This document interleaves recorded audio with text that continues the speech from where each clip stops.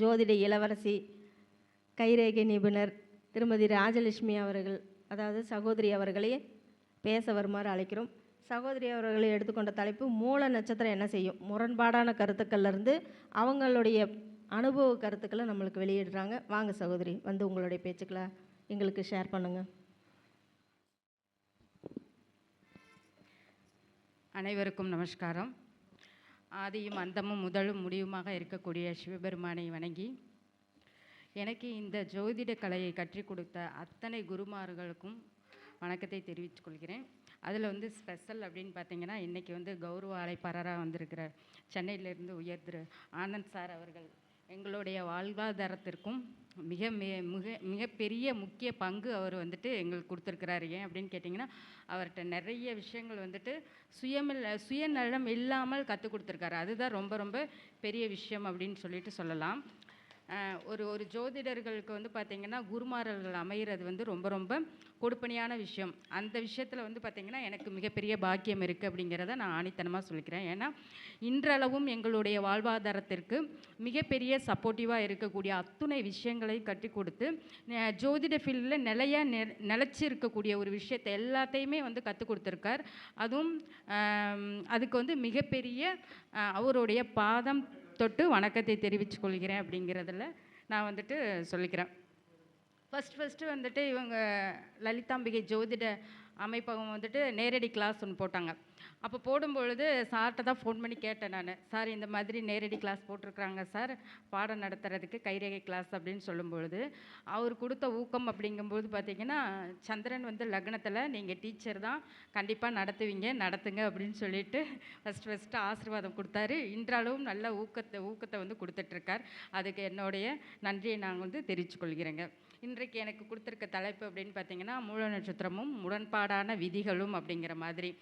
அதாவது பார்த்திங்கன்னா, மூல நட்சத்திரம் அப்படின்னு எடுத்துக்கிட்டோம்னாலே நிறைய விஷயங்களுக்கு குழப்பங்கள் அப்படிங்கிறது இருக்குது. என்ன அப்படின்னு பார்த்திங்கன்னா, முதல்ல எடுத்துக்கிட்டோம்னா திருமணம் சார்ந்த ஒரு விஷயத்தில் மூல நட்சத்திரத்துக்குரிய பொண்ணு ஆகவே ஆகாது அப்படிங்கிற ஒரு கட்டுப்பாடு நிறைய மக்களிடையே நிலவிட்டு இருக்கு அப்படிங்கிற ஒரு விஷயந்தான்.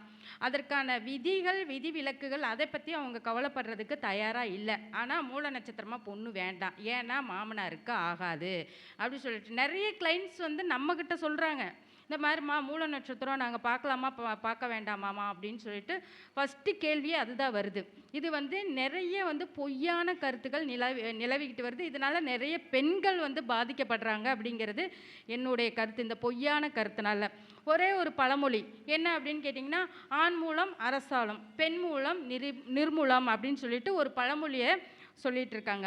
அந்த பழமொழிக்கு பின்னாடி இருக்கக்கூடிய விஷயங்களை யாரும் புரிஞ்சுக்கிறதுக்கு தயாராக இல்லை. ஆனால் பழமொழியை சொல்லிட்டு நிறைய பெண்களை என்ன பண்ணுறாங்க, ஒதுக்கிட்டு இருக்கிறாங்க. மூல நட்சத்திரம் திருமணத்திற்கு ஆகாது அப்படின்னு சொல்லிட்டு ஒதுக்கிட்டு இருக்காங்க. அதற்கான கருத்துக்கள் அப்படின்னு பார்க்கும் பொழுது, ஆனி மாதத்தில் பிறந்தவர்கள் அரசாளக்கூடிய பக்குவத்தை கொண்டவர்கள், மிகப்பெரிய முன்னேற்றத்தை உடைய அமைப்பை கொண்டவர்கள் அப்படிங்கிற மாதிரியான ஒரு விஷயம். ஆணி மூலத்தில் பிறந்தவர்கள் அப்படிங்கிற மாதிரி. அதாவது பின் மூலம் நிர்மூலம் அப்படின்னு பெண் மூலம் நிர்மூலம் அப்படின்னு சொல்லுவாங்க. அப்படி கிடையாது. பின்மூலம் அப்படின்னா மூலம் நட்சத்திரத்தில் 4ஆம் பாதத்தில் பிறந்தவர்கள் ஆண்களாக இருந்தாலும் பெண்களாக இருந்தாலும் எந்த ஒரு பெரிய கஷ்டங்கள் வந்தாலும் நிர்மூலமாகக்கூடிய அமைப்பு அவங்கள்ட்ட இருக்கும், இயற்கையாகவே இருக்கும் அப்படிங்கிற மாதிரியான ஒரு விஷயம் இருக்கிறதுலே. 27 நட்சத்திரத்திற்குமே ஒரு தனிப்படையான சிறப்புகள் அப்படிங்கிறது உண்டு.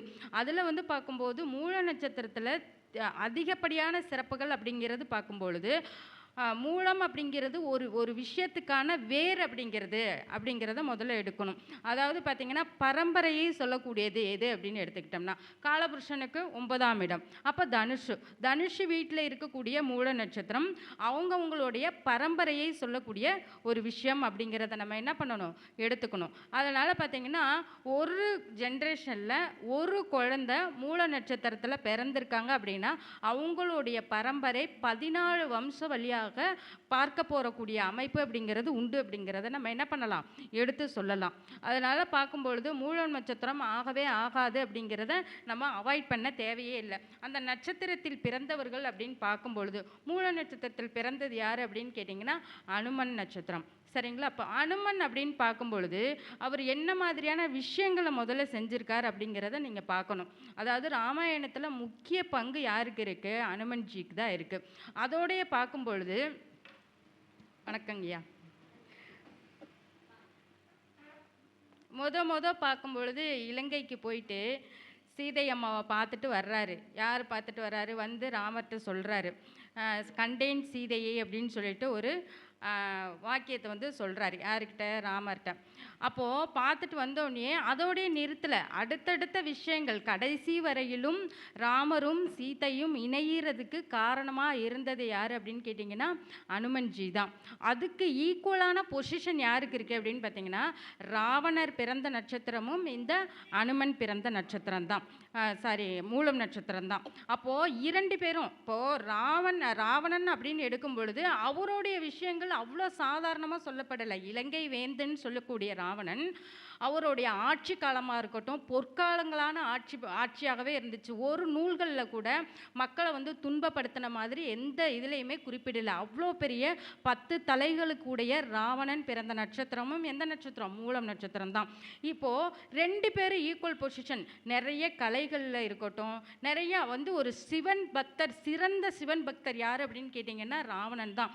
அவ்வளோ பெரிய சிவன் பக்தர் அவர் அரசாள்றது அப்படின்னு பார்த்தீங்கன்னா அந்த மக்கள் வந்து பார்த்திங்கன்னா அவரை கடவுளாக தான் நினச்சாங்க. சிவனுக்கு இணையாக கடவுளாக நினைக்கக்கூடியவர் ராவணன் அப்படிங்கிற மாதிரியான ஒரு விஷயம். சரிங்களா? அப்போ அந்த அளவுக்கு வந்து பார்த்திங்கன்னா அவர் வந்து கலைகள்லையும் சரி மிகப்பெரிய பலசாலியாக இருந்தார். அரசாளக்கூடிய திறமை அப்படிங்கிறது பார்த்திங்கன்னா அவர்கிட்ட இருந்து நிறைய விஷயங்களை கற்றுக்கணும் அப்படிங்கிறதுக்காக கடைசியில் போரில் இறக்கும் தருவாயில் இருக்கக்கூடிய அமைப்பில் கூட ராமர் என்ன பண்ணுறாரு? லக்ஷ்மண்கிட்ட அவர் அரசாளக்கூடிய உபதேசங்களை கேட்டு தெரிஞ்சுக்கோங்க அப்படின்னு சொல்லிட்டு அனுப்பி விடுறாரு. அந்த அளவுக்கு வந்து பார்த்தீங்கன்னா அவர் அரசாலும் திறமை பெற்றவர். அது வந்து அப்படியே இறக்கும் தருவாயில் அழிஞ்சு போகக்கூடாது, அந்த மாதிரி உபதேசங்களை கேட்டு தெரிஞ்சுட்டு வா அப்படின்னு நம்மளுடைய எதிரியாக இருந்தாலும் கூட அவர்கிட்ட உபதேசம் பெற்றுட்டு வான்னு சொல்லிட்டு அனுப்பி விடுறாரு. அந்த அளவுக்கு வந்து பார்த்தீங்கன்னா ஒரு மனுஷன் அப்படின்னு பார்த்தீங்கன்னா இந்த மூல நட்சத்திரத்திற்குரிய ராவணன் பார்க்கும்பொழுது மிகப்பெரிய படைபலமும் மிகப்பெரிய அரசாளும் தன்மையும் வீணை வாசிக்கிறதுலையா இருக்கட்டும் அவருக்கு நிகரான அமைப்பு அப்படிங்கிறது வேற யாருமே இல்லை அப்படிங்கிற மாதிரி. அந்த ராவணனை மீட் பண்ணிட்டு வர்றது யாரு? போய் பார்த்துட்டு வர்றது யாரு அப்படின்னு கேட்டிங்கன்னா அனுமன் தான். அப்போது ராவணனுக்கு இணையானவர் வேற யாரும் அவரை போய் பார்த்துட்டு வந்திருந்தாங்க அப்படின்னா உயிரோட வர்றது ரொம்ப ரொம்ப என்னது சந்தேகமான ஒரு விஷயமா இருக்கும். அப்போ 2 பேருமே ஈக்குவல் பொசிஷனில் இருக்காங்க அப்படிங்கிற மாதிரியான ஒரு விஷயம். அப்போ இந்த மூல நட்சத்திரத்திற்கு நீங்கள் பொருத்தமே பார்க்கவே தேவையில்லை அப்படிங்கிறது மிகப்பெரிய ஜோதிட நூல்களில் இருக்குது. பொருத்தமே பார்க்க தேவையில்லை. மூலம் நட்சத்திரம் அப்படி ஒரு சிறப்பு வாய்ந்த நட்சத்திரம் அப்படிங்கிறது பார்த்திங்கன்னா நிறைய ஜோதிட நூல்களில் குறிப்பிட்டிருக்காங்க. ஆனால் அரைகுறையாக நுனிப்புள் மேயிறது போல் சில விஷயங்களை தெரிஞ்சுக்கிட்டு இந்த நட்சத்திரத்தை வந்து ஒதுக்கிட்டு இது வந்து மூல நட்சத்திரம் மாமனாருக்கு ஆகாது, மூல நட்சத்திரத்தில் பிறந்த பெண்கள் வந்து மாமனாருக்கு ஆகாது அப்படின்னு சொல்லிட்டு ஒதுக்குறது சரியான முறை அல்ல. இதற்கு மேலும் வந்து பார்த்திங்கன்னா நிறைய ஜோதிட ஆசிரியர்கள் வந்து பேச வராங்க. அவங்களும் இந்த கருத்துக்களை வந்துட்டு எனக்கு தெரிஞ்ச அளவு சொல்கிறேன். அவங்களுக்கு தெரிஞ்ச விஷயங்களை நல்லாவே ஷேர் பண்ணிக்கலாம். அவங்களும் சொல்கிறத நம்ம என்ன பண்ணலாம், கேட்டு தெரிஞ்சுக்கலாம். அடுத்தது பார்க்கும்போது தோஷங்கள் அப்படின்னு எழுக்கும் பொழுது ஆண்களுக்கு மிகப்பெரிய அளவில் வந்துட்டு தோஷங்கள் குறிப்பிடுறது இல்லை. ஏன்னா அவங்க வந்து பார்த்திங்கன்னா அவங்க வந்து கம்ஃபர்டபுளான ஜோனில் இருக்காங்க. அவங்களுடைய அம்மா, அவங்களுடைய அப்பா, அவங்களுடைய சகோதரர்கள் எல்லாமே கம்ஃபர்டபுளான ஜோனில். புதுசாக வர்றது யார்? பெண்கள் தான் கல்யாணம் பண்ணிவிட்டு அடுத்த வீட்டுக்கு போகிறாங்க. அப்படி இருக்கும்பொழுது அவங்க எல்லாத்தையும் அட்ஜஸ்ட் பண்ணிட்டு போவாங்களா? அதுதான் வந்து தோஷம்னே வந்துட்டு என்ன பண்ணுறாங்க, எடுக்கிறாங்க. இந்த பொண்ணுக்கு செவ்வாய் தோஷம் இருக்குது, அதிகமாக வாய் பேசும், அதனால தான் வந்து செவ்வாய்னா என்ன வாய், அதிகமாக வாய் பேசும் அப்படிங்கிற மாதிரியான ஒரு விஷயம். ராகுகேது தோஷம் இருக்குது, மற்றவங்க கூட ஒன்று இணங்கி போக மாட்டாங்க. ராகுகேது தோஷம் இருக்கிறவங்க மற்றவங்க கூட ஒன்று இணங்கி போகாமல் அவங்களுடைய கருத்துக்களை வந்து முன் வைப்பாங்க. அதுதான் வந்துட்டு அங்கே தோஷமாக மாறுது. இதுவே வந்து பார்க்கும்பொழுது ஆண்களுக்கு அந்த அளவுக்கு தோஷம் பார்க்கப்படுதா அப்படின்னு கேட்டிங்கன்னா பெரிய அளவு பார்க்கப்படுறதில்ல. இதே மூல நட்சத்திரத்தில் பார்த்தீங்கன்னா 1ஆம் பாதத்தில் மட்டும்தான் தோஷம் அப்படிங்கிற ஒரு விஷயம் எங்கே குறிப்பிட்டிருக்கு? பஞ்சாங்கத்திலே மூல நட்சத்திரம் 1ஆம் பாதத்தில் பிறந்தவர்களுக்கு தோஷம் உண்டு, அதுவும் ஞாயிற்றுக்கிழமை பிறந்தவர்களுக்கு தோஷம் உண்டு அப்படிங்கிறது குறிப்பிட்டிருக்கு. அதுவும் விதி விலக்கு அப்படிங்கிறது நிறைய இருக்குது. அதை முதல்ல பார்க்கறதில்ல. குருவுடைய பார்வை, வளர்பிறை சந்திரனுடைய பார்வை, சுக்கிரனுடைய பார்வை, இந்த மாதிரி சுப கிரகங்களுடைய பார்வைகள் இருந்துச்சு அப்படின்னா அந்த தோஷங்களும் பெரிய அளவு வேலை செய்யறதில்லை அப்படிங்கிறது தான் குறிப்பிடக்கூடிய ஒரு விஷயம். அதையும் வந்து சரியாக பார்க்கப்படுறதில்லை அப்படிங்கிறது தான் மெயின் ரீசன். ஏன்னா அப்படின்னு பார்த்தீங்கன்னா எங்கள் வீட்டுக்கு பக்கத்தில் கூட நடந்த விஷயங்கள் இதுதான். மூல நட்சத்திரம், அதனால வந்துட்டு கல்யாணம் தள்ளி போய்கிட்டே இருக்குது அப்படிங்கிற ஒரு விஷயத்தை என்ன பண்ணுறாங்க, குறிப்பிடுறாங்க. இதான் முரண்பாடுகள் அப்படிங்கிறது நிறைய நிறைய அதிகமாக இருக்கக்கூடிய ஒரு விஷயம். ஆனால் இங்கே பார்க்கும்பொழுது மூலம் அப்படிங்கிறது பார்த்திங்கன்னா ஜோதிடத்திற்கே முதன்மையான நட்சத்திரம் அப்படிங்கிறது எடுக்கப்படக்கூடிய கருத்து. ஏன் அப்படின்னு எடுத்துக்கிட்டிங்கன்னா குரு வீட்டில் இருக்கக்கூடிய கேதுவுடைய நட்சத்திரம், பாக்கியஸ்தானம், காலபுருஷனுக்கு 9ஆம் இடத்தில் இருக்கக்கூடிய பாக்கியஸ்தானத்தில் இருக்கக்கூடிய நட்சத்திரம்.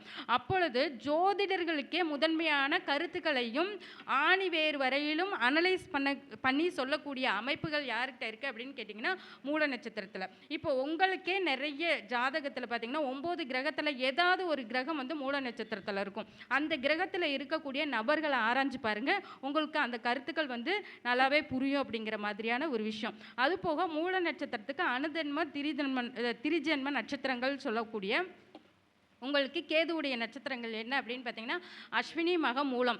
இதில் ஏதாவது ஒரு கிரகம் இருந்தாலும் மிகப்பெரிய சிறந்த ஜோதிடர்களாக வர்றதுக்கான வாய்ப்பு அப்படிங்கிறது கண்டிப்பாக என்னது உண்டு அப்படிங்கிறது. மூலம் பார்க்கும்பொழுது மனிஷால் அவங்களுக்கு பார்க்கும்பொழுது முதுகு தண்டுவடத்தையும் இடுப்பையும் இணைக்கக்கூடிய ஒரு விஷயம். அதுவே காலபுருஷ தத்துவத்தில் வரும்பொழுது பார்த்தீங்கன்னா 8ஆம் இடம் சொல்லக்கூடிய செவ்வாயோடைய வீட்டுக்கு அடுத்ததாக ஃபஸ்ட்டு தனுஷோடைய வீட்டில் 9ஆம் இடத்துல முதல் நட்சத்திரமாக இருக்கும். அப்போ முதுகு தண்டுவடத்தையும் இடுப்பு பகுதியையும் இணைக்கக்கூடிய ஒரு அமைப்பு எது அப்படின்னு பார்த்தீங்கன்னா இந்த மூல நட்சத்திரம் அப்படிங்கிற மாதிரியான ஒரு விஷயம். இங்கே மூலாதாரம் அப்படிங்கிற ஒரு விஷயம், அதாவது மூலாதார சக்கரம் இயங்கினாலே மற்ற 7 சக்கரங்களும் தெளிவாக இயங்கக்கூடிய ஒரு அமைப்பு அப்படிங்கிறது என்ன செய்யணும் உண்டு.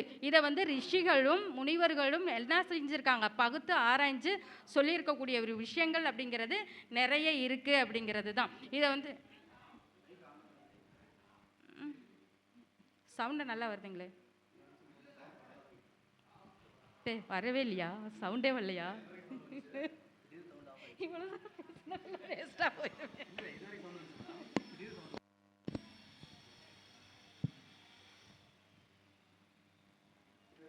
ஓகேவா, ஒரு ஒரு ஸ்பீட் பிரேக் போட்டு கொண்டுட்டு போகுது, வேறு ஒன்றும் இல்லை. ஏன்னா ஆமாம் கேது இல்லை, ஒரு தடையை கொடுத்து நிவர்த்தி பண்ணக்கூடிய ஒரு அமைப்பு அப்படிங்கிறது எங்கேயுமே வந்துட்டு அதிவேகம் அப்படிங்கிறது ஆகாது. அதனால் ஸ்பீடை கம்மி பண்ணி கொண்டுட்டு போகிறது, சீரமைக்கிறது மூல நட்சத்திரத்தோட வேலை. அதுதான் சீரமைப்பு அப்படிங்கிற மாதிரியான ஒரு விஷயத்தை நம்ம எடுத்துக்கலாம். சரிங்களா? இதில் வந்து பார்த்திங்கன்னா மூல நட்சத்திரத்தில் பிறந்தவங்க தனுசு ராசிக்காரவங்க நேரடியாக ஆணி மூலம் அப்படின்னு சொல்லும் பொழுது ஆணி மாதத்தில் சூரியனுடைய பார்வை குருவுடைய வீட்டிற்கு சந்திரனையும் குருவோட வீட்டில் இருக்கக்கூடிய சந்திரனை பார்க்குறாங்க. சார் கேட்குதுங்களாங்க சார்? ஓகே. அதனால தான் வந்துட்டு பார்த்திங்கன்னா ஆணி மாதத்தில் பிறக்கக்கூடிய குழந்தைகள் அரசாளக்கூடிய திறமையாக அரசனை போல வாழக்கூடிய அமைப்பு அவங்களுக்கு இயற்கையாகவே கிடைக்கும் அப்படிங்கிற மாதிரியான ஒரு விஷயம் அப்படிங்கிறது உண்டு. சரிங்களா? இதில் வந்து பார்க்கும் பொழுது மூலம் நட்சத்திரத்தில் இருக்கக்கூடிய 4 பாதத்திலையுமே வேரியேஷன் வந்து நிறைய இருக்குது. அதில் வந்து பார்க்கும்போது தனுசு ராசிக்காரர்கள் மேக்ஸிமம் பார்க்கும்பொழுது அதாவது பிஸ்னஸ் அப்படிங்கிறதுக்கு ஒத்து வராத ஒரு விஷயம் எது அப்படின்னு கேட்டிங்கன்னா தனுசு ராசி. அவங்களுக்கு வந்து சர்வீஸ் ஓரியன்டு, அதாவது பார்த்திங்கன்னா சிறந்த ஆசிரியராக இருப்பாங்க, சிறந்த மருத்துவராக இருப்பாங்க. பிஸ்னஸ் ரீதியாக எடுக்கும் பொழுது ஏன் அப்படின்னு கேட்டிங்கன்னா அது வந்து பார்த்திங்கன்னா இரக்க குணம் உடைய வீடு, குருவுடைய வீடு இரக்கம் ரொம்ப ஜாஸ்தியாக இருக்கும். அது வந்து பிஸ்னஸ்க்கு வந்து ஒத்து வராது. இப்போது காலையில் எழுந்திரிச்சு 10 மணிக்குள்ளே ஆஃபீஸ் வரணும் அப்படின்னா சார் இந்த மாதிரி பஸ்ஸில் லேட் ஆகிடுச்சு, அதில் லேட் ஆகிடுச்சுன்னா இவங்களுக்கு இரக்க குணம் ஜாஸ்தியாக இருந்துச்சுன்னா அதை வந்து பெரிய மெயின் ரீசனாக எடுத்து திட்ட முடியாது. இதே மற்றவங்க அப்படிங்கும்போது பார்த்தீங்கன்னா அதில் வந்து கரெக்டான பாயிண்டில் பேசணும். பிஸ்னஸ் நடத்தக்கூடியவங்க எல்லாமே என்ன பண்ணணும், டைம் கீப்பப் பண்ணணும், கரெக்டான பாயிண்டில் இருக்கணும்.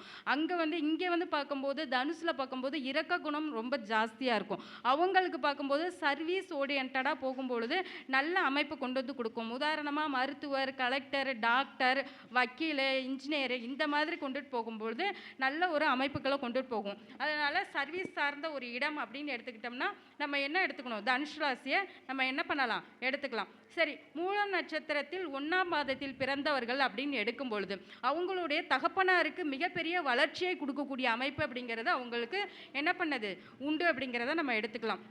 இந்த குழந்தை பிறந்ததுக்கு அப்புறம் அவங்களுடைய தகப்பனாருக்கு மிகப்பெரிய ஏற்றத்தை கொடுக்கக்கூடிய ஒரு அமைப்பு. நல்ல பொருளாதாரத்திலையும் சரி, பேர் புகழ்லையும் சரி, நல்ல அந்தஸ்து, கௌரவம், இது எல்லாமே தேடி வரக்கூடிய அமைப்பு யாருக்கு இருக்குது அப்படின்னு கேட்டிங்கன்னா மூலம் நட்சத்திரம் 1ஆம் பாதத்தில் பிறந்த குழந்தைங்களுக்கு உண்டு அப்படிங்கிற மாதிரியான ஒரு விஷயம். மூல நட்சத்திரம் 2ஆம் பாதத்தில் பிறந்தவங்களுக்கு அப்படின்னு பார்த்தீங்கன்னா ஃபினான்ஸ் செட்டில்டு அப்படிங்கிறது பார்த்தீங்கன்னா நல்ல வேலை செய்யும். அதாவது பார்த்தீங்கன்னா இவங்களுக்கு பேச்சு சார்ந்த தொழில் அப்படிங்கிறது உண்டு. அதாவது சிறந்த மருத்துவர் அப்படின்னு எடுக்கும்போது இந்த மூல நட்சத்திரத்தில் வருவாங்க, டாக்டர் வருவாங்க.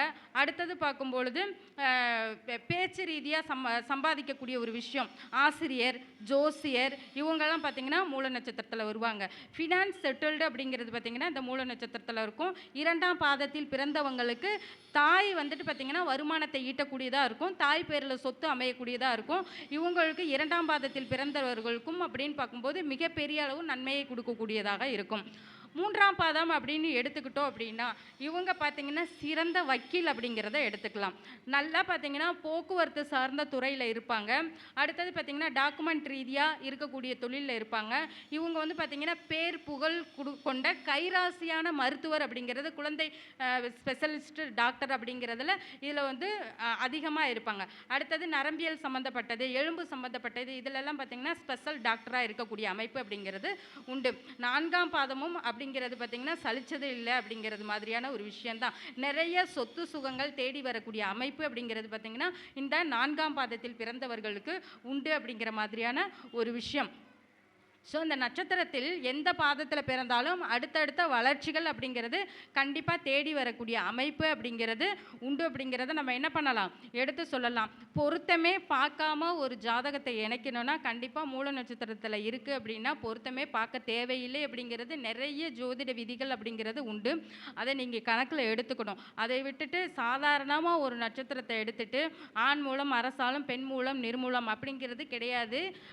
அதாவது மூல நட்சத்திரத்தில் பிறந்த 4ஆம் பாதத்தில் பிறந்த ஆணாக இருக்கட்டும் பெண்களாக இருக்கட்டும் எந்தவித பிரச்சனைகள் வந்தாலும் நிர்மூலமாகக்கூடிய பவர் அவங்கள்ட்ட இருக்குது அப்படிங்கிறத அனலைஸ் பண்ணிவிட்டு அதுக்கப்புறம் நீங்கள் வந்துட்டு இது பண்ணணும். மேம்போக்காக இருக்கக்கூடிய ஒரு பழமொழியை வச்சுட்டு மூல நட்சத்திரம் ஆகாது அப்படிங்கிறத நம்ம என்ன பண்ணக்கூடாது, எடுத்து சொல்லக்கூடாது அப்படிங்கிற என்னுடைய கருத்து. சரிங்களா? அப்போது மூல நட்சத்திரத்தில் ஒரு பெண் குழந்தை பிறந்தாலும் நல்லது தான், ஆண் குழந்தை பிறந்தாலும் நல்லது தான். தோஷங்கள் பெரிய அளவு வேலை செய்யாது அப்படிங்கிறது என்னுடைய கருத்து. இந்த கருத்துக்கு வந்துட்டு பார்த்தீங்கன்னா நிறைய விஷயங்கள் பார்த்தீங்கன்னா இப்போது இதை கேட்டதுக்கப்புறமாவது நிறைய பேர் வந்து கேட்கக்கூடிய விஷயங்கள் வந்து கம்மியாகும். மூல நட்சத்திரம் சேர்த்தலாமா, மூல நட்சத்திரம் திருமணத்திற்கு எடுத்துக்கலாமா அப்படிங்கிறது நிறைய இந்த பதிவை கேட்டதுக்கப்புறம் கூட நிறைய விஷயங்கள் வந்து கம்மியாகும். நிறைய உடல் பலமும் மனோபலமும் அதிகமான உள்ள நட்சத்திரம் அப்படிங்கிறது பார்த்திங்கன்னா மூல நட்சத்திரம் அப்படிங்கிறத எடுத்து சொல்லலாம். சரிங்களா? இந்த வாய்ப்பினை எனக்கு அளித்த லலிதாம்பிகை ஜோதிட ஆய்வகத்தின் நிறுவனர் ஈஸ்வரி ராஜ் மற்றும் கவிதா சக்திவேல் மேடம் அவர்களுக்கும் மிகப்பெரிய மனமார்ந்த நன்றியை தெரிவித்து கொள்கிறேங்க. இதோடைய என்னுடைய கருத்தை வந்து நிறைவு செல்கிறேங்க. நன்றி, வணக்கம்.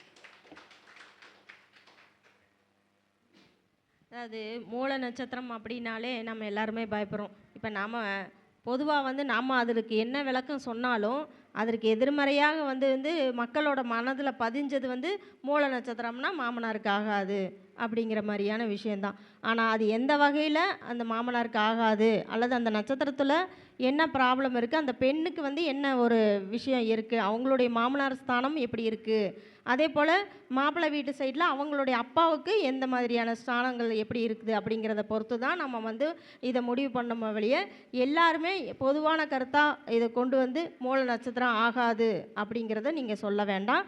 அதற்கு விதிவிலக்காக இன்றைக்கி அவங்களுடைய கருத்துக்கு அனுபவ கருத்துக்களை சொல்லியிருக்காங்க. ஐயா அவர்களை வருக என வரவேற்கிறோம். ராஜலட்சுமி அவர்கள் சகோதரி அவர்களுக்கு திருப்பூர் சகோதரிகள் சார்பாக சிறப்பு செய்யப்படுகிறது. வாங்க சகோதரி.